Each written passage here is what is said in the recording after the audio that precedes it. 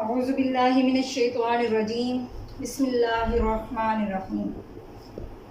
تمام اہل اسلام کو السلام علیکم ورحمۃ اللہ وبرکاتہ۔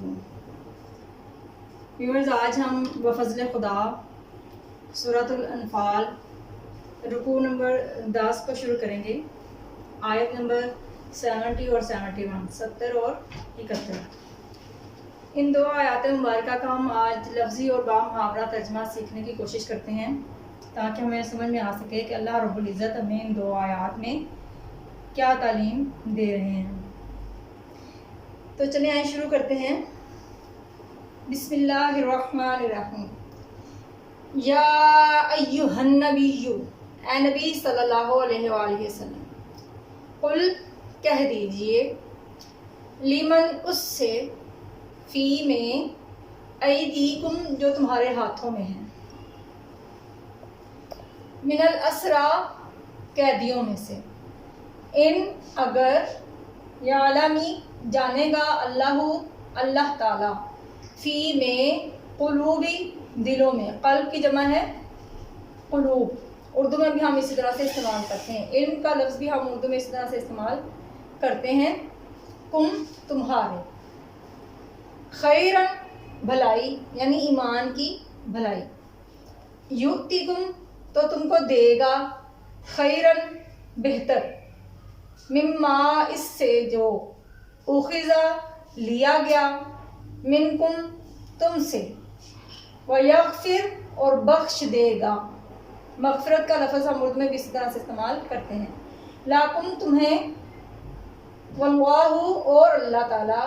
غفور بخشنے والا ہے، رحیم مہربان ہے۔ و اور، ان اگر، یریدو وہ چاہیں، ارادہ لفظ جو ہم اردو میں بولتے ہیں وہ یریدو سے ہی نکلا ہے، یعنی عربی سے ہی اردو میں آیا ہے، لیکن زیر زبر اور شد مد کے تبدیلی سے صیغے کا معنی جو ہے وہ تھوڑا سا چینج ہوتا ہے۔ خیانت جو ہم اردو میں بھی لفظ استعمال کرتے ہیں، خیانت کرنا، دھوکہ دہی کرنا، فریب کرنا، کا آپ کو، خیانت کا دھوکہ دینا چاہیں، کا آپ کو، فقط تو تحقیق یا بے شک، خانو انہوں نے خیانت کی، یعنی وہ پہلے تو خیانت کر چکے ہیں اللہ سے، من سے، قبلو پہلے، یعنی اس سے پہلے وہ اللہ تعالیٰ سے خیانت کر چکے ہیں، فَأَمْكَنَ تو اس نے قبضے میں دے دیا، کس نے؟ اللہ تعالیٰ نے، منہم ان کو، یعنی اسی سبب کہ انہوں نے اللہ سے خیانت کی تھی تو اللہ تعالیٰ نے ان کو تمہارے قبضے میں دے دیا، یعنی تمہارا قیدی بنا دیا، یعنی ان کو سزا کے طور پر اللہ تعالیٰ نے تمہارا قیدی بنا دیا، واللہ اور اللہ تعالیٰ، علیم جاننے والا ہے، حکیم حکمت والا ہے۔ یہ تو ہو گیا ہمارا لفظی ترجمہ۔ آئیں اب انہی آیات مبارکہ کا بامحاورہ ترجمہ سیکھتے ہیں۔ یا ایھا النبی قل لمن فی ایدیکم من الاسری، اے پیغمبر صلی اللہ علیہ وآلہ وسلم، جو قیدی تمہارے ہاتھ میں ہیں ان سے کہہ دو، اگر، ان یعلم اللہ فی قلوبکم خیرا یؤتکم خیرا مما اخذ منکم ویغفر لکم، اگر اللہ تمہارے دلوں میں نیکی معلوم کرے گا تو جو مال تم سے چھن گیا ہے اس سے بہتر تمہیں عنایت فرمائے گا اور تمہارے گناہ بھی معاف کر دے گا، واللہ غفور رحیم اور اللہ بخشنے والا مہربان ہے۔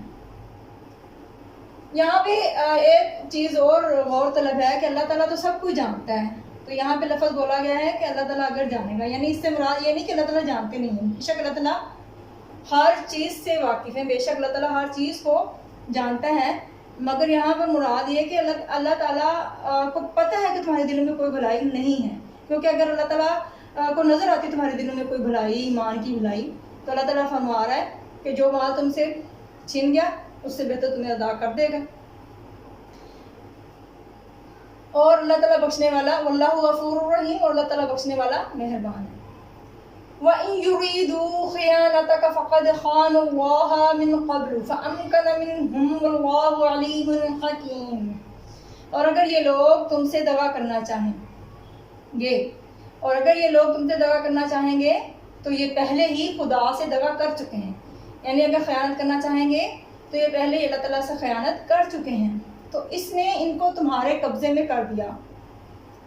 اور اللہ جاننے والا حکمت والا ہے. یہ دو آیات مبارکہ جو ہم نے آج پڑھی، اللہ رب العزت ہمیں قرآن پاک کو صحیح طریقے سے سمجھنے کی اور عمل کرنے کی توفیق عطا فرمائے اور ہم سب کے لیے دنیا اور آخرت میں آسانیاں پیدا فرمائے. آمین ثم آمین.